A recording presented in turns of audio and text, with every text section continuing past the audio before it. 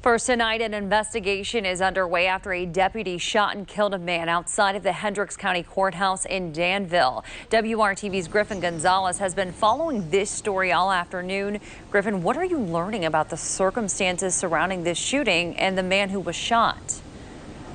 Yeah, Nicole, a lot of information coming in over the past hour. We just have learned the identity of the man who fired shots at police deputies before they returned fire, killing that man earlier this afternoon. He was pronounced deceased at the scene. No officers or inmates were injured. This all happened shortly before 1 o'clock when two Hendricks County deputies were escorting inmates into the courthouse when a man in the town square pointed a gun at them. Family members tell WRTV the man was shot by deputies. That man was Mark Vaughter. He was the great-grandfather of two children, Iris and Aries, who were killed in a car crash back in February. They were in the car that was hit by a man fleeing from Avon police in a stolen vehicle. One child died at the scene. The other child died a couple days later. The driver of that car, Sidani Pettit, was supposed to appear in Hendricks County Court today.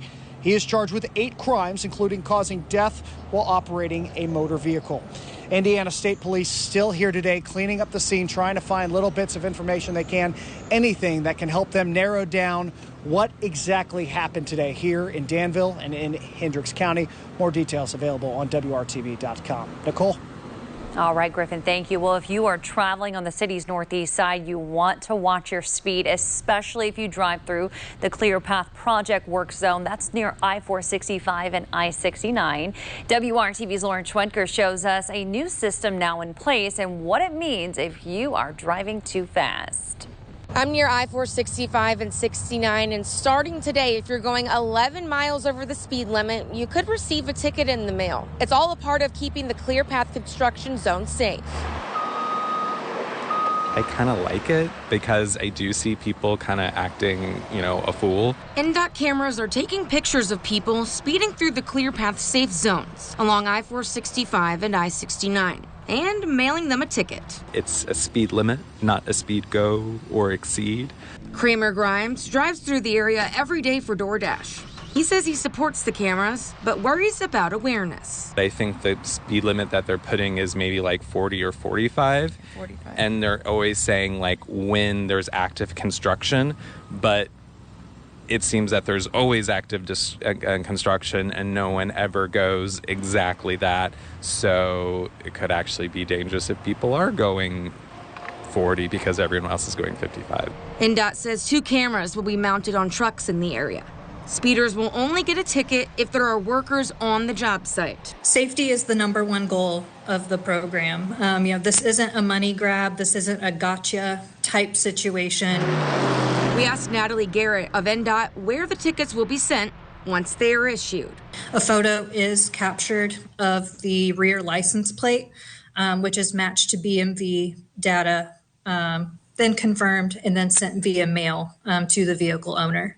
NDOT will be issuing the tickets. The first violation will be a warning. Second will cost you $75. Multiple violations will be $150. Grimes says it reminds him of red light cameras, and he's interested to see how this all plays out. I guess that's the age-old thing of the, traffic light cams or something like that of is it legal to prosecute for someone if a law enforcement person wasn't there? Reporting in Indianapolis, I'm Lauren Schwenker, WRTV. NDOT says there is an option to contest a violation on its website, but if you flat out don't pay your ticket, it will be sent to collections. Todd? We've been dealing with some spotty showers once again across parts of central Indiana. Not everybody has seen the showers. In fact, much of downtown was dry throughout the entire day. A few little showers near Muncie, some heavier showers here to the north as you work your way from Logansport to Peru over towards the Monticello area. And these showers continue to drift in, all of which will be very light here throughout the evening hours. There's no need to cancel any outdoor plans as most of you won't see a drop of rain. But if you do, especially in those northern and eastern locations, it's nothing that's going to wash anything out. Temperatures right now are sitting in the 50s and 60s. This evening, more clouds than anything. Temperatures hold pretty steady in the 50s for us. We finally do have some improvement in this forecast going forward, Nicole. More on that in just a couple minutes. To get this news, this is like a touchdown for us. It's a touchdown for Mason. An 18-year-old has been arrested in connection to the crash that killed former Hamilton Southeastern High School student and football star Mason Alexander. Investigators in Hamilton County say the suspect was 17 when the car he was driving crashed, killing Alexander. Tonight, the Hamilton County Prosecutor's Office tells WRTV's Adam Schooms it is asking the court to try the suspect as an adult. It's a touchdown from Mason. Mason Alexander's family waited a little more than 2 months for an answer. We needed this to be heard because it affected us, but this could have affected other kids as well. Alexander died in a crash on March 1st. Court records say he was a passenger in a 2016 white BMW that attempted to pass another vehicle in a no-passing zone. The driver swerved to avoid an oncoming car, lost control, and hit a tree. The car caught on fire. Mason had a future ahead of him. He was a good child, very respectable, loved everybody. Speed calculations listed in the probable cause affidavit estimate the suspect was driving 56 miles per hour in a 35-mile-an-hour zone. Speeding is dangerous, not just for the person who's driving, but everybody else who else is on the streets driving. If you have passengers in the car, you're putting their life in danger, a lot of other people's life in danger. The Hamilton County prosecutors asked the court to try the 17-year-old suspect as an adult. There'll be a hearing later this week. Alexander's family just wants justice. Both sides are hurting, and we are praying, that everything's worked out. In Hamilton County, Adam Schooms, WRTV. Well, if the suspect ultimately is tried as an adult, he would face charges of reckless homicide, reckless driving, and possession of false government IDs. Tonight, an Indianapolis family remembers a loved one who was shot and killed in a domestic violence incident over the weekend. Sapana Harris Williams was the oldest of 6 children. WRTV's Rachel Wilkerson shares the family's message to other victims and survivors. She was a person, she was a woman, she was a mother. She was a sister, a daughter. She meant a lot to a lot of people. The fact that she was taken the way that she wasn't right. Doris Middleton loved her big sister, Sapana Harris Williams. On Saturday, Sapana was shot and killed on Indy's southwest side. Police arrested her boyfriend and charged him with murder. This wasn't the first domestic violence situation. And it seems as though a lot of women who find themselves in domestic violence situations end up in other relationships. She says victims of domestic violence often feel they are mentally trapped. A tragic cycle Middleton hopes others can escape. It's not normal. You have to get out of it. You cannot stay because there's going to be a trickle effect. It's going to affect your kids if you have any. There's going to be people around you. I've had 4 women in my life die from domestic violence. Director of Domestic Violence for the City of Indianapolis, Daniette Smith, says Indy is seeing an increase in domestic violence-related homicides. IMPD responded to more than 28,000 calls for domestic violence last year. If you can just make that first call, that's huge for saving your life. Know that you are not alone, that you're not the only one. Both women say there are resources, and there are also signs friends and family members need to watch for. Things that have you thinking that being hit on or, being disrespected is a form of love. That is not love. It's super unhealthy. Domestic violence is all about power and control. Sapana will always be remembered. Her family with a message, don't be afraid to get help. We need more awareness. We need more people being active and involved so that this can come to an end. In Indy, Rachel Wilkerson, WRTV. Well, since this incident, Indy Champions has received at least 12 calls for help, and both women stress the importance of seeking help. As far as the suspect goes, the family says they have to forgive him and they are sorry to his family as well. WRTV is not naming him at this time until formal charges are filed by the prosecutor's office. Now, if you are a victim of domestic violence and you need help, call the Indiana Coalition Against Domestic Violence 24-hour statewide hotline. That number is 800-332-7385. You can also find help by dialing 211. And of course, if it is an emergency, call 911. Concern in Indiana about the future funding for art and music in school. Next at 6, what one district is doing to preserve these classes. And a new initiative aiming to give students on a non-traditional path a direction to grow into leaders and entrepreneurs. We'll show you how it works. That's coming up. Is Alcatraz coming back? I'm Katie Tubman. Coming up, the president's proposal to reopen the notorious prison and why opponents are growing more concerned about his position on due process. Hire Hensley. You're watching WRTV, part of the Scripps News Group. At an Indianapolis public school will get to make their own song and music video thanks to $10,000 grant. They will get this experience through the John Lennon Educational Tour bus. James Whitcomb Riley Elementary School is a visual performing arts school. This school year was the first year they were able to integrate arts education into students' curriculum. The grant is something the principal says will help propel them forward. It's great to help us in maintaining our instruments and making sure that we can purchase music and soundtracks for different performances that we'll have throughout the school year. So it's just a great opportunity for us not to just have something, but to be able to sustain the offerings that we have here for our students. Right now, about 300 students attend James Whitcomb Riley, a number they hope to grow in the future. A safe and brave space for learning. A new initiative called the Early Career Academy is developing leaders and future entrepreneurs. It recently launched on Indy's Near East Side in a new space located in a community close to the founder's heart.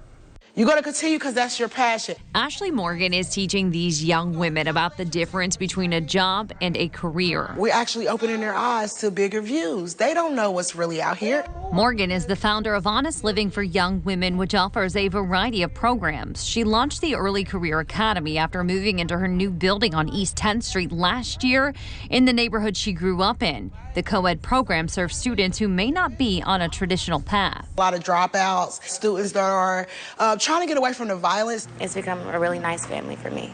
I don't really have one, so learning that I can do whatever I put my mind to. I learned how to manage my money, manage my time into being an entrepreneur. That's awesome. And so what kind of business would you like to start? I'm looking at two right now, a clothing business and to be a barber. Terrion Adams is an alum of ECA. The 10-week program focuses on leadership development, financial education, and job training. What do you think about having a program like this in the community? With this generation now, I feel like it'll be really good, help a lot of people really understand what they want to do with their life instead of just going out and wasting their life. Once participants complete the academy, they have a business plan and take part in a pitch contest. But Morgan says the relationships don't end there. This space is open for them every day, Monday through Friday. What does that mean to you personally to be located right back here where you grew up and be pouring back into the kids? It's very inspirational and it's very motivational. Being able to come back and say, I did this. They inspire me to be better. They inspire me to want more and better for myself and for everybody else in the world. Honest Living for Young Women's new building is a result of being chosen as an Elevation Grant recipient. The City of Indianapolis program funds organizations who are building community and working to reduce violence. President Trump wants to reopen one of America's most infamous prisons, which has been closed for decades. Scripps News Group's Katie Tubman is following this for us tonight. And Katie, the president says he wants to rebuild Alcatraz. So what is behind this latest idea? Nicole, President Trump says he wants to reopen Alcatraz because he's frustrated with what he calls radical judges who aren't doing their job. The move comes after other recent comments by the president expressing doubt on who should be entitled to due process. President Trump says he's directing officials to reopen Alcatraz, the notorious former prison on a San Francisco island. In a social media post, Trump saying it should be used to house America's most ruthless and violent offenders. It's long been a symbol, Alcatraz. It's a symbol of law and order. The president's proposal comes as his administration has been clashing with the courts over deporting alleged gang members without due process, claiming a 1798 law gives it the authority to do so. Donald J. Trump. The president touting those deportation arrests while speaking in Michigan last week. The worst of the worst are being sent to a no-nonsense prison in El Salvador. In an NBC interview, the president did not endorse due process rights. Your Secretary of State says everyone who's here, citizens and non-citizens, deserve due process. Do you agree, Mr. President? I don't know. I'm not a lawyer. I don't know. The right to due process is written into the Constitution. It means that before a person can have their liberty or their life taken away, there has to be some sort of process for considering evidence. Donald Neiman is a U.S. legal expert. He says the president's posture away from due process is concerning for the average American and a step away from the principle of innocent until proven guilty. It should raise the question, what happens when they come after me? I need to have a chance, if I'm seized, to be able to make the case that no, I'm not. And someone on the other side should have to be able to present some sort of evidence that I am. The administration's efforts to deport migrants accused of being gang members is continuing to face legal hurdles. A federal judge last week ruled that the president's use of the 1798 Alien Enemies Act to carry out those deportations in Texas was unlawful. Katie Tubman, Scripps News Group, New York.